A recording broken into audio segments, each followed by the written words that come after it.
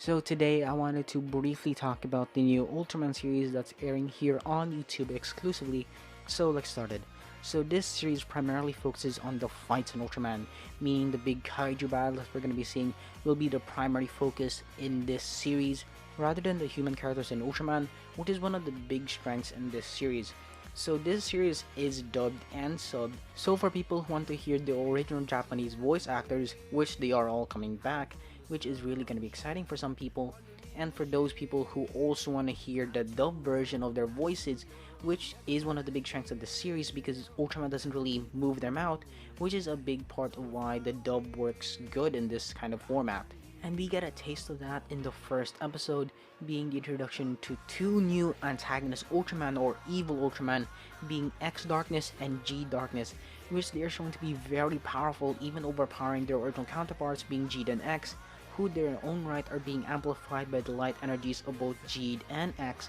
which both darkness counterparts are shown to be capable of beating the other. This is really exciting because the first moment that they're introduced, they're shown to push Jeed and X straight to a mountain, making the mountain kind of break. In addition to that, we also see them use their attacks, which Jeed's Wrecking Burst is called Wrecking Darkness Burst for Jeed Darkness, which sounds so cool, and the way he does it is a lot more menacing than normal Jeed, and gives really that intimidating vibe that an evil Ultraman has, as well as X Darkness, which also portrays a darker version or an evilized version of X's attack, which is really cool. And when Jeed and X try to defend themselves, both beams destroy it and kind of presumably beating both. This eventually leads to meeting of Zero and Grogio and a new Ultraman, which is actually a movie exclusive from what I can remember, and his name is Ultraman Dark Killer, who is one of the main antagonists for the series, and he's part of the League of Darkness, which is the antagonistic group of the series, which in and of itself sounds so cool that there's a group of evil Ultraman and monsters from what I remember fighting against the Land of Light's new generation of Ultraman, which is really exciting. And we do also see that Gojo is very surprised at meeting Zero, and when Zero tries to save her,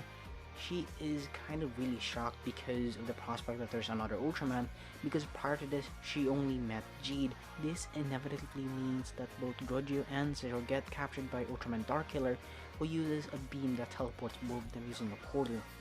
So we also see that Ayaka City is being protected by her while she's kind of training. We do also see that Rosso and Blue are still going to be in the series, and they're also going to be working with the other Ultraman that are going to be joining them in this journey or this adventure or this series,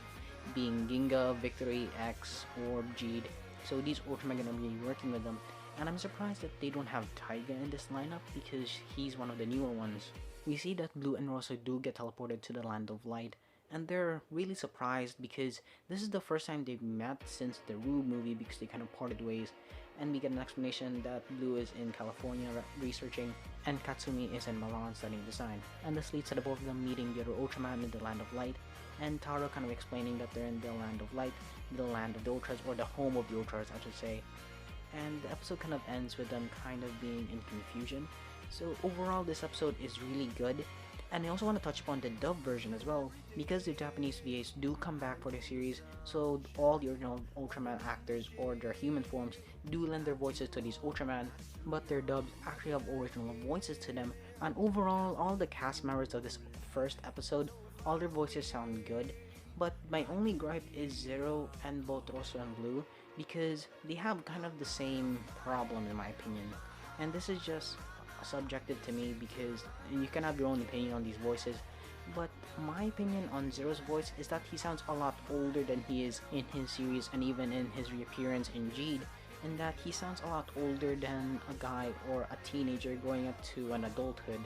And even Ross and Blue have the same problem, and as I've said before, it's not too long after their Rube movie, but here they sound a lot older than they are in the show. Although Katsumi and Isami are not that old in the show, but here their voices sound a lot older than they are. And I think that's just something for me to adjust to, and it's not really that big of a problem, just a little gripe. So overall, dubbing the episode are really good for this first episode. So for now, I think that's all I gotta talk about for this first episode of Ultra Galaxy Fight New Generation Heroes. So thank you guys for watching us again.